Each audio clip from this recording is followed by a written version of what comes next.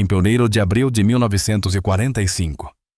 Domingo de Páscoa, ao largo da costa de Okinawa, oficiais navais americanos assistiram algo impossível acontecer diante de seus olhos: um caça Zero japonês, carregando 550 libras de explosivos de alto poder, chocou-se contra o HMS Indefatigable, a mais de 300 milhas por hora. O piloto kamikaze havia escolhido o momento perfeito. O porta-aviões britânico estava lotado de aeronaves, se preparando para decolar as linhas de combustível. Estavam pressurizadas. As munições estavam armadas. E aquele era o momento de máxima vulnerabilidade. Os oficiais de ligação americanos prepararam-se para a catástrofe.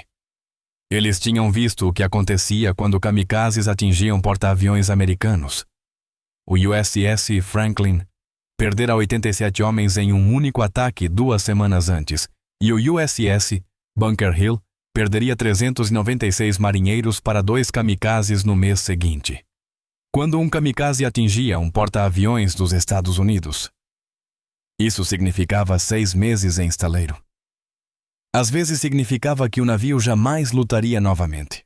Mas 37 minutos depois de o Zero explodir no convés de voo do Indefatigable, o primeiro caça, Seafire, pousou em segurança e o porta-aviões já estava de volta à ação. Um oficial americano observou as equipes de controle de danos varrerem os destroços em chamas para fora do navio e preencherem a cratera com concreto. Ele então virou-se para seu colega britânico e disse algo que se tornaria lendário na história naval. Quando um kamikaze atinge um porta-aviões dos Estados Unidos, são 6 meses de reparos em Pearl Harbor. Quando atinge um porta-aviões britânico, é só uma questão de varredores assumam suas vassouras. Os japoneses haviam aperfeiçoado suas táticas kamikaze, atacando porta-aviões americanos. Eles sabiam onde mirar. Entendiam o que acontecia quando bombas penetravam convéses de madeira e explodiam entre aeronaves estacionadas cheias de combustível e munição. Eles haviam afundado 3 porta-aviões de escolta americanos e danificado 2 porta-aviões da frota de forma tão grave que nunca mais lutaram. O vento divino estava funcionando e o sangue americano provava isso. Então a frota britânica do Pacífico chegou com 4 porta-aviões blindados. E tudo aquilo que os japoneses acreditavam saber sobre atacar porta-aviões revelou-se catastroficamente errado. Esta é a história de como o gênio da engenharia britânica criou navios capazes de sobreviver a ataques que nenhum porta-aviões americano suportaria. A história de convéses blindados que transformavam kamikazes naquilo que um historiador americano chamou de ovos mexidos. E a história que observadores americanos mal conseguiam acreditar mesmo testemunhando com os próprios olhos. As raízes da superioridade dos porta-aviões britânicos começaram no Mediterrâneo, não no Pacífico. O contra-almirante Sir Reginald Henderson, que comandou o HMS Furious antes de se tornar o 3º Lorde do Mar, em 1935, compreendia algo que seus equivalentes americanos ainda não percebiam: os porta-aviões britânicos lutariam em mares estreitos, o Mediterrâneo, o Mar do Norte, o Canal da Mancha, águas ao alcance imediato de bombardeiros inimigos baseados em terra. Eles não poderiam fugir nem se esconder no imenso Pacífico, seriam encontrados, seriam atacados e precisavam sobreviver. A crise da Abissínia de 1935 cristalizou o pensamento de Henderson. Porta-aviões britânicos realizaram exercícios no Mediterrâneo sob ameaça do poder aéreo italiano. E a vulnerabilidade era assustadora. Em uma era antes do radar, quando a doutrina da RAF dizia que o bombardeiro sempre passará, Henderson concluiu que caças não poderiam interceptar todos os ataques. Os porta-aviões precisavam de proteção passiva, precisavam de blindagem. Henderson impulsionou um projeto revolucionário que o almirantado inicialmente considerou impossível construir um porta-aviões cujo convés de voo fosse blindado com 3 polegadas de aço endurecido, protegendo todo o convés e servindo como convés estrutural principal do navio, além de cercar o hangar com anteparas blindadas de 4 ou 5 polegadas, para criar uma cidadela capaz de resistir a bombas de 500 libras lançadas de 7.000 pés. O arquiteto naval, A. Forbes, solucionou o quebra-cabeça de engenharia. explicando que vários projetos alternativos tiveram de ser estudados antes que fosse possível obter um porta-aviões totalmente blindado de 23.000 toneladas e que o segredo principal era usar a placa de blindagem de 3 polegadas como proteção e também como elemento estrutural longitudinal. Foi brilhante e inédito e funcionou. O HMS Illustrious foi assentado nos estaleiros Vickers Armstrong em 27 de abril de 1937. Um processo de design que normalmente levava 3 anos foi comprimido em 3 meses. O almirante Henderson morreu em março de 1939, devido a problemas de saúde relacionados ao excesso de trabalho, 2 meses após renunciar. Ele nunca viu seus porta-aviões revolucionários provarem seu valor em combate, mas seu legado salvaria milhares de vidas britânicas. Em 1945, 4 porta-aviões blindados britânicos juntaram-se à Guerra do Pacífico, HMS Formidable Victorious, Indefatigable e Indomitable, formando o núcleo da Força-Tarefa 58, sob comando americano encarregada de neutralizar aeródromos japoneses nas ilhas Sakishima, durante a invasão de Okinawa, impedindo que aeronaves inimigas alcançassem as forças americanas. Ninguém avisou aos pilotos japoneses que esses porta-aviões britânicos eram diferentes. Ninguém explicou que convéses blindados de 3 polegadas não podiam ser penetrados como os convéses de madeira americanos. Os kamikazes atacaram os porta-aviões britânicos, da mesma forma que atacavam os americanos, e descobriram da maneira mais dura que tudo havia mudado. No domingo de Páscoa de 1945, às 7h28, ocorreu o primeiro impacto. 2 pilotos de Seafire acertaram o zero com tiros de canhão, enquanto ele se aproximava do HMS Indefatigable. A aeronave começou a se despedaçar no ar, mas continuou o ataque, sobrevoou o navio e mergulhou em direção ao convés, atingindo o lado estibordo perto da superestrutura da ilha. O capitão Quentin Dick Graham testemunhou o impacto. A explosão matou 14 homens. O convés afundou 3 polegadas em uma área de 15 pés. A sala de instrução dos pilotos foi destruída. A enfermaria foi devastada. O tenente-comandante Pat Chambers, oficial de voo, morreu, assim como o tenente Leonard, engenheiro de aviação, e o Dr. Alan Vaughan, cirurgião canadense, que morreu em seu posto. Mas o convés blindado resistiu. A bomba detonou. Ao atingir as 3 polegadas de aço endurecido, em vez de penetrar no hangar onde 36 aeronaves esperavam totalmente abastecidas. Não houve explosões secundárias, nem reação em cadeia de bombas e torpedos, nem incêndios de combustível, se espalhando por vários convéses. O dano foi terrível, mas contido. O tenente-comandante Sandy Sanderson improvisou uma barreira de emergência. O chefe Jimmy Green controlou um pequeno incêndio no hangar, e as equipes de controle de danos varreram os destroços para fora do navio e preencheram a cratera com concreto de secagem rápida.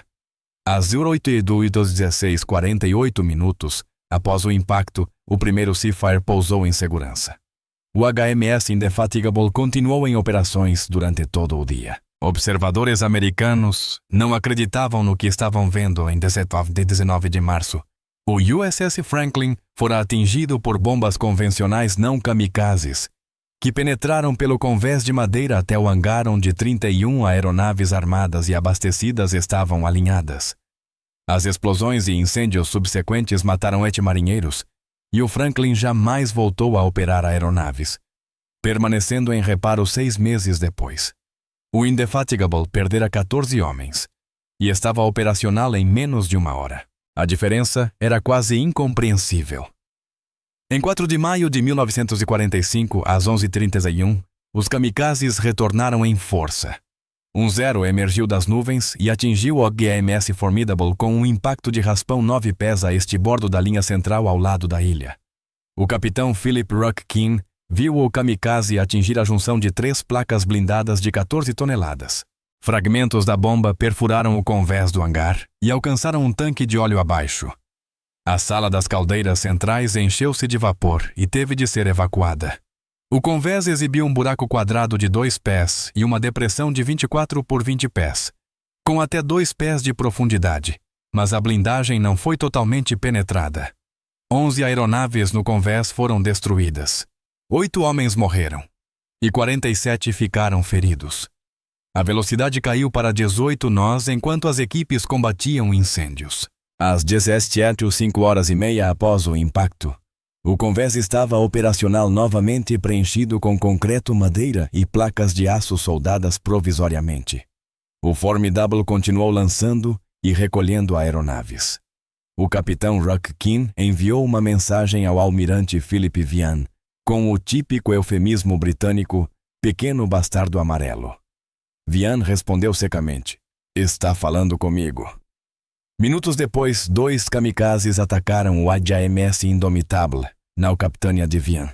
Às 11h47, um Zero subiu a 3.000 pés e mergulhou a 60 Gundira pelo lado estibordo.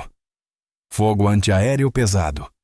O incendiou, o piloto calculou mal a altura e caiu de barriga sobre o convés blindado, deslizando pelo navio e saltando pela lateral bombordo, cerca de 10 jardas atrás da ilha.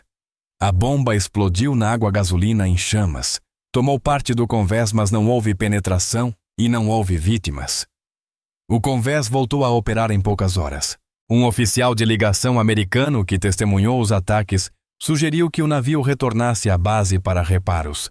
Ao ser informado de que estaria operacional em breve, jogou seu chapéu no chão da ponte e o pisoteou, exclamando que um porta-aviões americano com convés de madeira estaria acabado.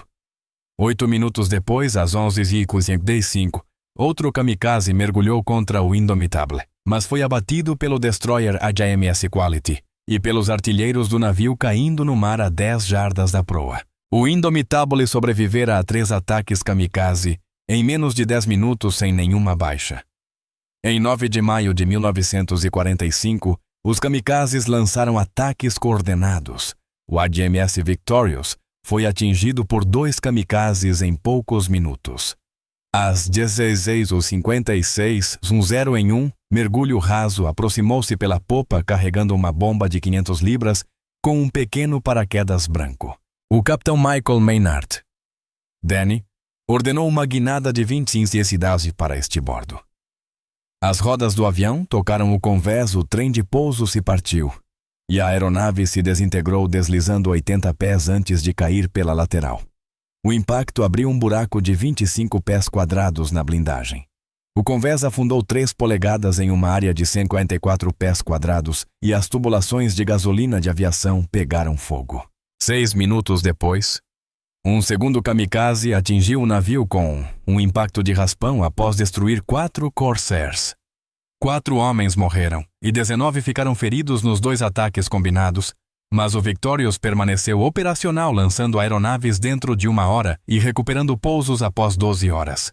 O almirante Vian apelidou o navio de Trojan por ter perdido apenas uma operação menor desde que se juntara à frota oriental em julho de 1944. Às 17h07, apenas 11 minutos após os ataques ao Victorious. Um segundo kamikaze atingiu a popa do HMS Formidable, o segundo impacto em 5 dias. O impacto afundou o convés.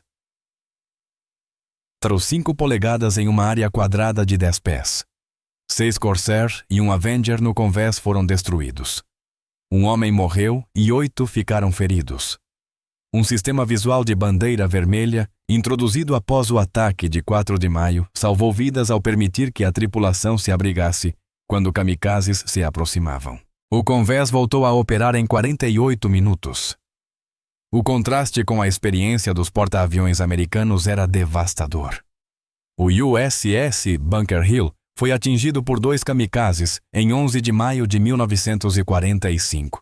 O primeiro lançou uma bomba de 550 libras que penetrou o convés e explodiu no interior. O segundo colidiu perto da superestrutura da ilha. Aeronaves estacionadas cheias de combustível e munição incendiaram-se em chamas enormes. 346 homens morreram em ação.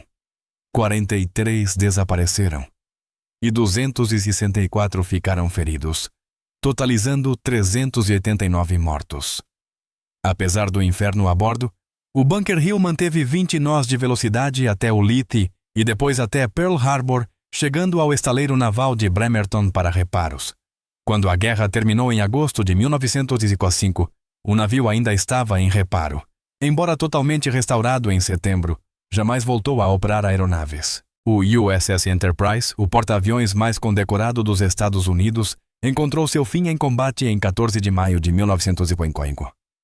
Um Zero pilotado pelo tenente Shunsuke Tomiyasu aproximou-se usando cobertura de nuvens, executou uma manobra roll para inverter a aeronave e mergulhou através do convés dianteiro.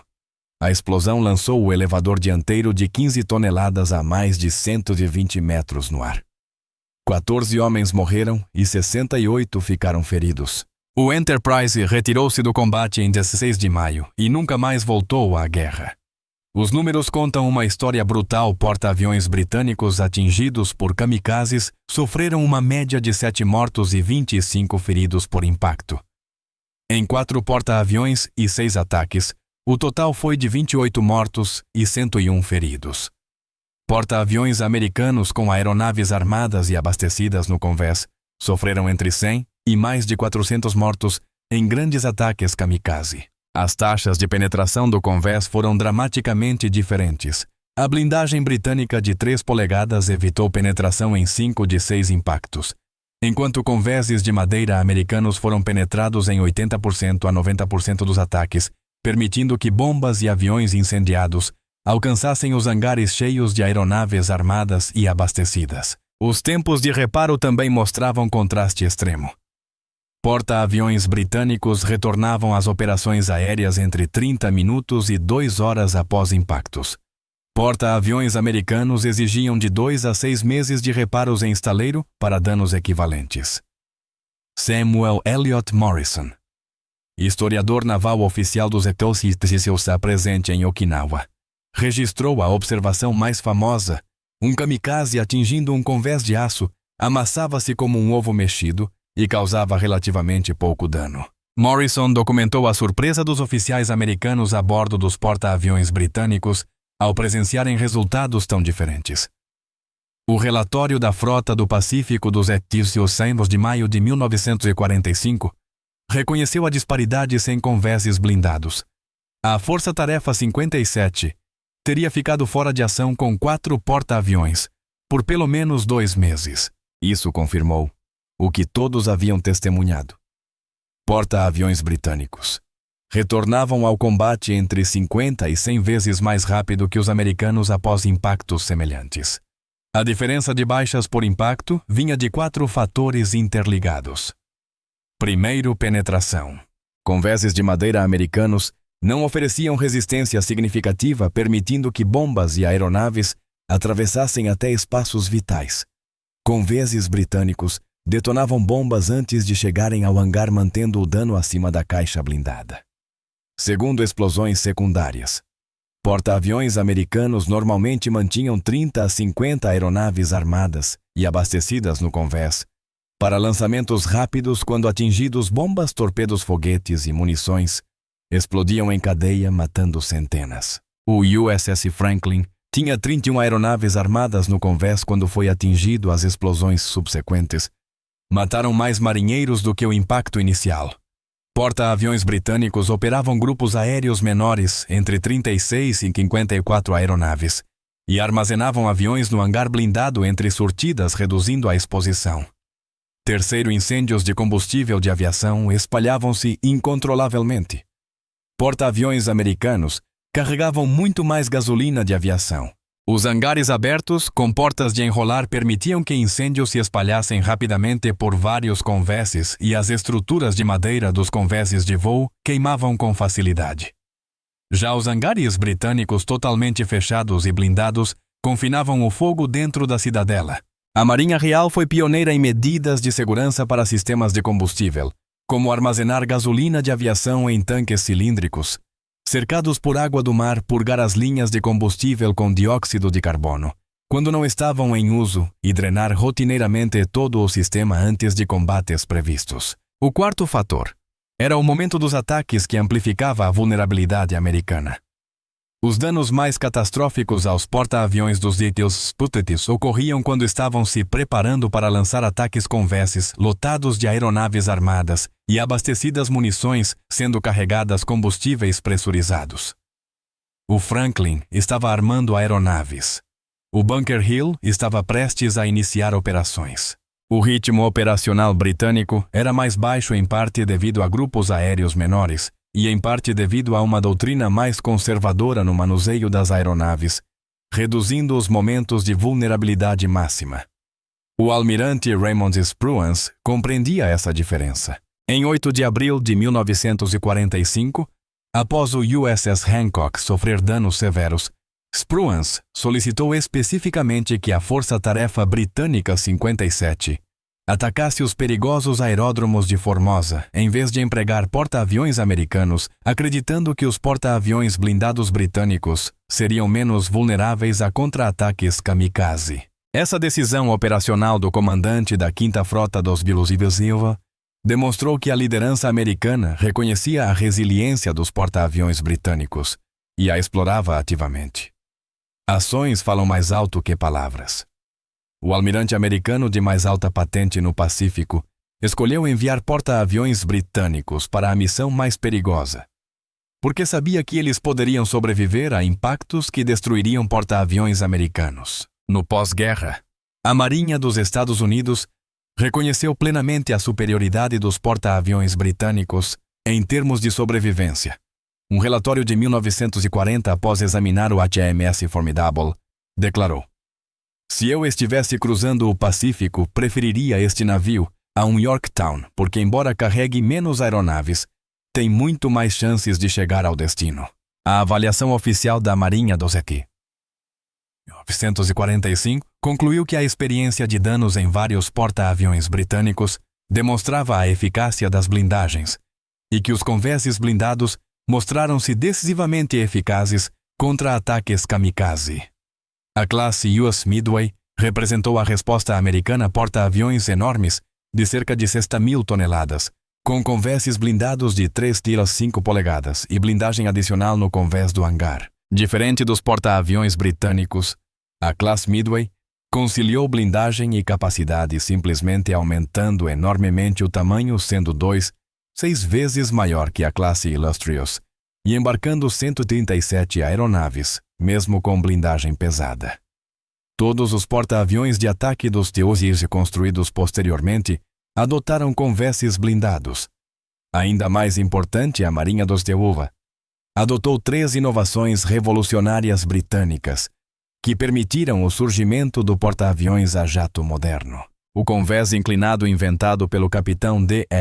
F. Campbell em 1951 permitiu que aeronaves que perdessem os cabos de retenção arremetessem sem colidir com aeronaves estacionadas, viabilizando operações simultâneas de pouso e decolagem. O USS Antietam recebeu o primeiro convés inclinado experimental em 1952 e o USS Forrestal foi o primeiro navio construído já com esse sistema em 1955. A catapulta a vapor inventada pelo comandante C.C. Mitchell entre 1946 e 1950 utilizava vapor do próprio navio em vez de sistemas hidráulicos. O HMS Perseus demonstrou o sistema ao vivo entre dezembro de 1951 e fevereiro de 1952. E em abril de 1952, a Marinha Americana decidiu adotá-la instalando sua primeira catapulta, a vapor operacional no USS Hancock em 1954. Tecnologia crucial, pois sem ela, os porta-aviões americanos não poderiam lançar bombardeiros a jato pesados como o A-3 Sky Warrior com armas nucleares. O espelho de pouso inventado pelo comandante Nicholas Goodhart utilizava um espelho estabilizado mais tarde substituído por lentes Fresnel, para indicar a rampa correta de aproximação, permitindo pousos seguros de jatos, especialmente quando combinado com o convés inclinado. Fontes navais americanas reconheceram que os novos porta-aviões e os reconstruídos das classes Essex e Midway só eram viáveis diante de aeronaves inimigas modernas, graças a 2 inovações adotadas dos britânicos, a catapulta a vapor e o convés inclinado. Essas 3 inovações permitiram que sucessivas gerações de aeronaves a jato cada vez mais pesadas e potentes operassem durante toda a Guerra Fria e além. Mas as estatísticas escondiam uma vulnerabilidade crítica descoberta apenas após a guerra. Os porta-aviões blindados britânicos pareciam sobreviver melhor em combate, mas sofreram danos estruturais cumulativos irreparáveis, tornando-se economicamente inviáveis para a reconstrução no pós-guerra. O hangar blindado em forma de caixa criava um grande vazio estrutural no casco, sob choques de explosões próximas e estresse acumulado de impactos kamikaze. A longarina estrutural do casco deformava-se irreversivelmente, deixando os cascos progressivamente torcidos e ondulados. O HMS Illustrious foi desmantelado em 1905, apesar de ter sofrido danos relativamente leves em combate. O HMS Formidable foi desmantelado em 1900. O HMS Indomitable foi desmantelado em 1955. Apenas o HMS Victorious foi reconstruído entre 1950 e 1957, a um custo superior a 20 milhões, tão caro que as reconstruções planejadas dos HMS Implacable e Indefatigable foram canceladas. Em contraste, os porta-aviões da classe Essex, mesmo com danos severos na superestrutura, permaneceram estruturalmente sólidos e serviram por décadas. O USS Franklin, apesar de 807 mortes e danos catastróficos, continuou estruturalmente íntegro e permaneceu em serviço na reserva até 1964. O USS Bunker Hill permaneceu estruturalmente sólido e serviu até 1966. Isso representa uma inversão irônica. Os porta-aviões britânicos sobreviveram melhor aos impactos de combate, mas não sobreviveram à paz. Enquanto os porta-aviões americanos sofreram danos piores em batalha, porém continuaram úteis por mais 20 a 30 anos. A narrativa da superioridade britânica exige contextualização. A frota britânica do Pacífico enfrentou intensidade de ataque dramaticamente menor do que as forças americanas. Durante a campanha de Okinawa, a Força-Tarefa 58 dos SDATs, com 15 porta-aviões rápidos, destruiu 1.980 aeronaves japonesas. A Força-Tarefa 57 britânica, com 4 porta-aviões, destruiu apenas 75. Os japoneses lançaram 10 ataques Kikusui, ataques kamikaze em Issa contra as forças americanas.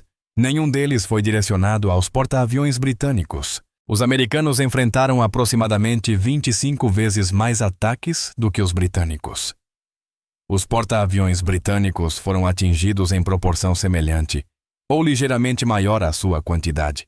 4 de 4 atingidos contra mais de 10 dos 15 americanos. Mas o número absoluto de ataques era muito menor. Os britânicos nunca foram testados sob ataques em massa sustentados como os que os americanos sofreram.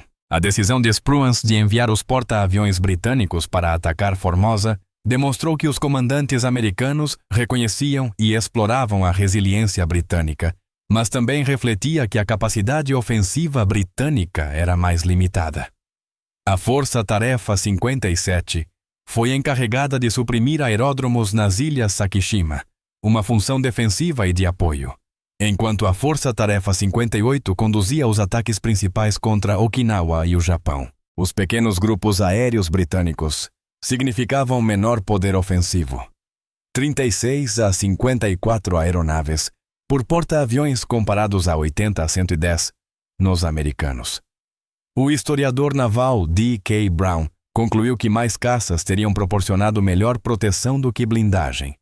A abordagem americana de prevenir impactos através de grandes patrulhas aéreas de combate, em vez de sobreviver a eles, provou ser mais eficaz no vasto Pacífico.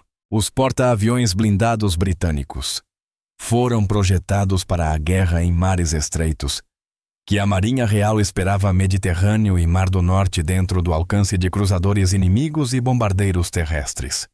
Essa guerra jamais se materializou totalmente. A Guerra Real no Pacífico favoreceu a massa, o poder ofensivo e a aviação numerosa americana, em vez da proteção e resiliência britânicas. Nenhum dos projetos era superior de forma absoluta. Sua eficácia dependia do contexto. Os porta-aviões britânicos mostraram-se mais resilientes. A cada impacto, Os convéses blindados impediram penetração. O controle de danos devolveu os navios à ação em horas, e as baixas por ataque foram dramaticamente menores. Todos os 6 porta-aviões britânicos blindados sobreviveram à guerra, mas eram estrategicamente menos capazes. Grupos aéreos pequenos limitavam a ofensiva e a defesa. O defeito estrutural oculto causado por danos cumulativos de choque significava que navios aparentemente sobreviventes estavam na prática além de qualquer reparo econômico após a guerra. Enquanto isso, os porta-aviões americanos, mesmo com danos piores no topo, permaneceram estruturalmente sólidos e serviram por décadas, e embora enfrentassem 25 vezes mais ataques, podiam absorver perdas graças a números superiores, capacidade industrial e logística. A vulnerabilidade americana.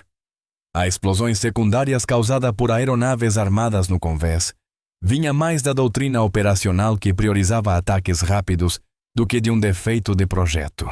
As provas mais fortes da superioridade britânica não vêm de testemunhos japoneses, que não existem em fontes acessíveis, mas das decisões operacionais americanas, que reconheceram a resiliência britânica, assim como da adoção no pós-guerra dos convéses blindados britânicos em todos os porta-aviões americanos subsequentes. Spruance enviou porta-aviões britânicos para as missões mais perigosas porque sabia que podiam sobreviver a impactos que destruiriam porta-aviões americanos. A Marinha dos Estados Unidos concluiu que convéses blindados eram essenciais para a sobrevivência de porta-aviões, implementando-os na classe Midway e em todos os navios posteriores. No domingo de Páscoa de 1945, oficiais americanos viram o HMS Indefatigable sofrer um impacto kamikaze que teria inutilizado qualquer porta-aviões americano. E 37 minutos depois, viram o mesmo navio lançar aeronaves. Viram o HMS Formidable receber 2 ataques em 5 dias e voltar à ação em poucas horas. Viram o HMS Victorious absorver 2 kamikazes em 6 minutos e continuar lutando. Viram o HMS Indomitable sobreviver a 3 ataques em 10 minutos, sem uma única baixa. O oficial de ligação americano que atirou seu chapéu no chão da ponte, em total incredulidade, capturou perfeitamente o que todos estavam testemunhando. Os porta-aviões britânicos blindados podiam sobreviver a castigos que nenhum porta-aviões americano conseguiria suportar. O vento divino que havia devastado a Marinha dos Estados Unidos encontrou 3 polegadas de aço britânico e se amassou como ovos mexidos. Quando a guerra terminou, a Marinha dos Estados Unidos adotou todas as lições ensinadas pelos porta-aviões britânicos. Convéses blindados, convéses inclinados, catapultas a vapor, inovações que permitem que cada porta-aviões moderno opere até hoje e que vieram de engenheiros britânicos que compreendiam que em mares estreitos a sobrevivência importa mais do que o tamanho.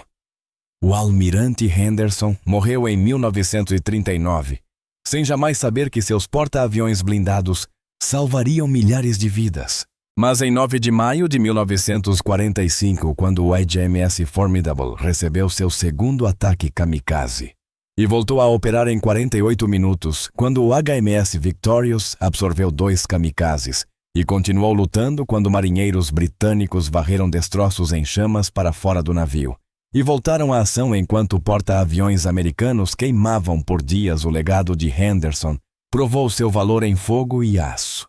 Os japoneses nunca entenderam por que os porta-aviões britânicos não morriam.